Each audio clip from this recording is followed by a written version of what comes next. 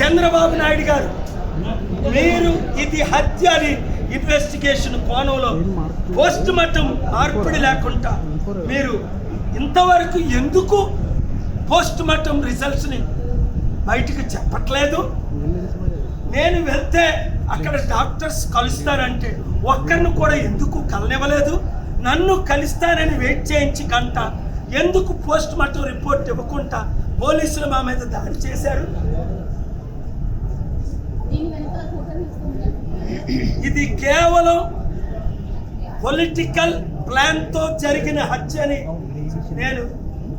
మీరు నాకు 7569441275లో ఇంకా ఎవిడెన్స్లు పెట్టండి, చాలా కరెక్ట్ చేసాం.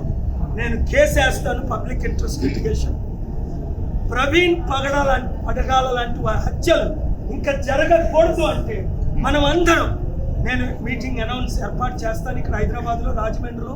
మీరు ఒక్కొక్కరు 100-1000 మందిని తీసుకొని రండి, నిలబడండి. లేదా ఇది ఒక హత్య కాదు, గుజరాత్లో ఒక్క రోజు 2 రోజుల్లో 3000 మందిని ఏ విధంగా చంపేశారో, మణిపూర్లో లక్షల మంది ఇల్లు లేకుండా చేసేసారు, 1000 మందిని చంపేశారు.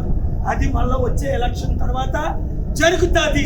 ఒక కేఏ పాలే దేవుడు పంపించిన దూతని నమ్మిన వారు అందరూ గ్రూపులు పెట్టి రాజమండ్రి మీరు రక్షించుకోండి. రాజమండ్రి నుంచి హైదరాబాద్ వరకు పంతులు